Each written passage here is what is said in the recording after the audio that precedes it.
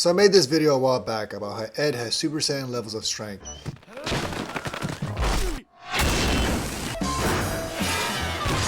And if you watched it, we remember that this entire crash out was because a pebble was in his shoe. And as hilarious as that seems, people's mental states can change when they feel uncomfortable. Like remember when Gary from SpongeBob was biting everyone, and to find out he had a giant splinter inside him? Yes, that's a lot larger than Ed's pebble in his shoe, but you get my point. Right? What if I told you that Ed probably has some type of split personality that isn't only affected by pebbles in his shoes? Ed seems to be the sweetest and most blissfully innocent of the group, but he also has a dark side to him. Not just some annoyed kid, but a true demon side. In this video, I'm going to cover why I think Ed is actually evil on the inside. One episode that truly illustrates my point is Season 3, Episode 22. The day that Ed stood still. So basically the Ed scheme is a DIY carnival, and Ed of course will be the victim.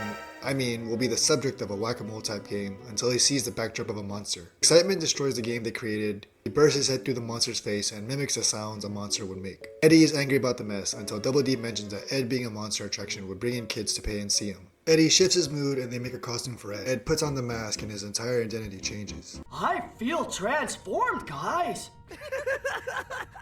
Here, this is where I started questioning the morality of Ed's psyche. He's not Bruce Banner that turns into the Incredible Hulk, Dr. Jekyll that turns into Mr. Hyde. This is Ed in a literal costume, choosing to doing the following acts. Oh dear, oh dear, oh dear. Jimmy? Hey!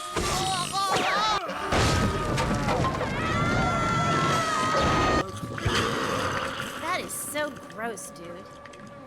If you're a fan of the show, you should be aware that Ed has a deep fascination for monsters and horror films. But I don't think that's a true valid reason on why he's so chaotic when he becomes unhinged. We have two concrete episodes illustrating what Ed is capable of doing when he's let loose. He can destroy the Cul De Sac and can easily take on stronger people such as Rolf and Kevin by himself. Then why doesn't Ed just fend for he and his friends all the time? Is he afraid of his own power? Is there a subconscious side to Ed that takes over him when given the chance? No one cared who I was till I put on the mask. If I pull that off, will you die?